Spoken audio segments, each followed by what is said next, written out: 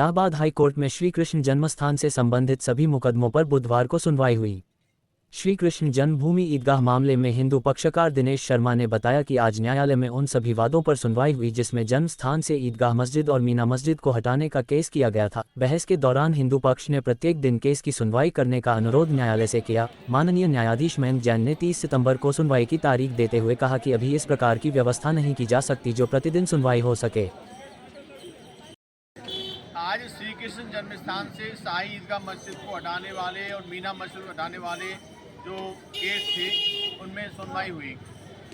मुस्लिम पक्ष और हिंदू पक्ष के अधिवक्ताओं के मध्य में लंबी बहस सुनने के बाद में माननीय न्यायालय ने पिछली डेट पर एक आदेश दिया था कि जितने भी मुकदमे हैं वो सभी सुनवाई योग्य हैं, क्योंकि मुस्लिम पक्ष ने वक्फ बोर्ड एक्ट, लिमिटेशन एक्ट और पूजा उपासना अधिनियम 1991 का बहाना लेकर न्यायालय में बहस करवाई थी। तो माननीय न्यायालय ने लगातार 4 महीने बहस को सुना। बहस को सुनने के बाद में माननीय न्यायालय ने आदेश दिया था कि श्री कृष्ण जन्मभूमि पर जो शाही ईदगाह मस्जिद और मीना मस्जिद को हटाने वाले जो केस चल रहे हैं वो सभी स्वीकार योग्य हैं, मेंटेबल हैं, वो सभी पोषणीय हैं।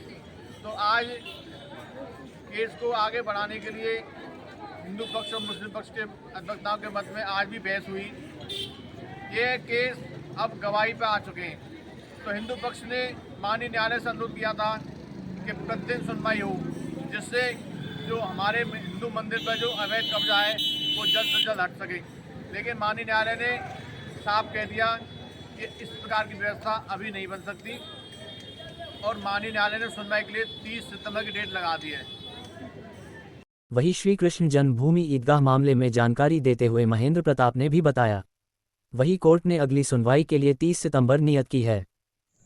आज श्री कृष्ण जन्मभूमि और शाही ईदगाह विवाद में उच्च न्यायालय इलाहाबाद में कोर्ट नंबर 71 में जस्टिस मयंक जैन साहब की अदालत में इस मामले की सुनवाई हुई और जिसमें कि शाही ईदगाह पक्ष की तरफ से एक एप्लीकेशन, रिकॉल एप्लीकेशन लगाई हुई है, जिसको कि माननीय उच्च न्यायालय के द्वारा आज हिंदू पक्षकारों से इसके जवाब दाखिल करने के लिए आदेश किया गया। तो अब 30 तारीख तक सभी जो केस क्लब कर दिए गए थे उसका ऑब्जेक्शन शाही ईदगाह पक्ष ने किया है और उनका कहना है कि ये क्लब नहीं किए जाने चाहिए। इस तरह की एक रिकॉल एप्लीकेशन उनके द्वारा लगाई गई है और माननीय उच्च न्यायालय के द्वारा हिंदू पक्ष को ये आदेशित किया गया है कि हिंदू पक्षकार अपना जवाब 30 सितंबर तक दाखिल करते हैं। तो 30 सितंबर तक हम लोग अपना जवाब दाखिल करेंगे और कंसोलिडेट किए जाने को मामले को लेकर के जो रिकॉल एप्लीकेशन शाही ईदगाह पक्ष के द्वारा लगाई गई है वो अनावश्यक रूप से लगाई गई है, वो इस केस को डिले करने के लिए लगाई गई है।